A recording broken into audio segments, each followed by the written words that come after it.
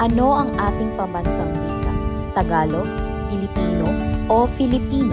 Filipino po. Filipino. P or F? F. Filipino po. Kasi kapag Filipino, tumutukoy ito sa tao na taga-Pilipinas. Kapag F, iyon yung inaaral natin. Filipino po. Nagsimula po kasi sa Tagalog noong 1959. Naging Pilipino siya pagkatapos noong 1987 Constitution, naging Filipino siya.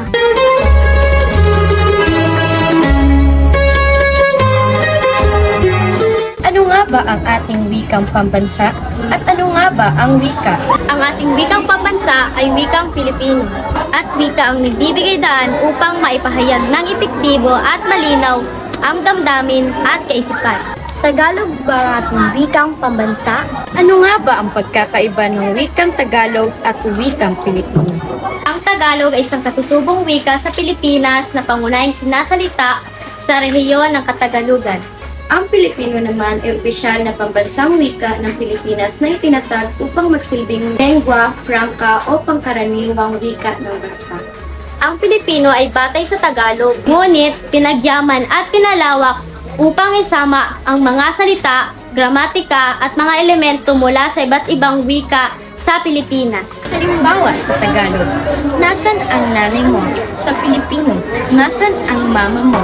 Sa halimbawa, ang nanay ay isang salitang Tagalog na nangangahulugang ina, habang ang mama ay isang salitang Filipino na maaaring nagmula sa impluwensya ng iba't ibang rehiyon o banyagang wika. Ang Filipino ay mas inclusive at adaptable, kaya tumatanggap ito ng iba't ibang salita mula sa iba't ibang wika sa bansa. Buwan na naman na Agosto at ipinagdidiriwang natin ang buwan ng wika. Mahalagang alam natin ang sarili nating wika. Isang mapagpalayang araw sa ating lahat. Kami po mula sa Baitang 7, nagbibigay ng kaunting kaalaman patungkol sa ating wikang mapagpalaya. Ano nga ba ang tema ngayong taon? Ang tema natin ngayong taon ay wikang mapagpalaya.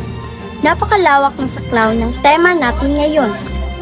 Halina't alamin natin ang mga ideya ng mga mag-aaral ng pangyan tungkol sa wikang mapagpalaya. Para sa iyo, ano ang ibig sabihin ng wikang mapagpalaya? Dahil sa wika tayo ay naging malaya. Wika ang dahilan kung bakit tayo naging malaya mula sa pagsakop sa atin. Sino ba ang sumakop sa atin? Mga Espanyol? Siguro dahil sa wika natin, na ipapahayag natin ang ating tunay na saloobin. Sa pamamagitan ng wika, na ipadama natin ang ating mga hinaing at ideya na kung kaya tayo ay naging malaya.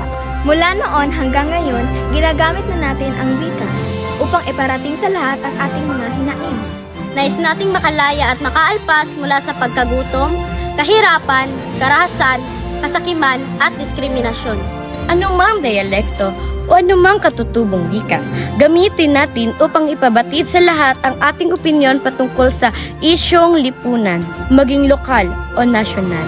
Sa pamamagitan ng ating wika, tayo ay makakalaya sa mapanlipol na karahasan at kamangmangan. Maayong araw, Pangyan National High School! Yung Labos! Pangyan National High School!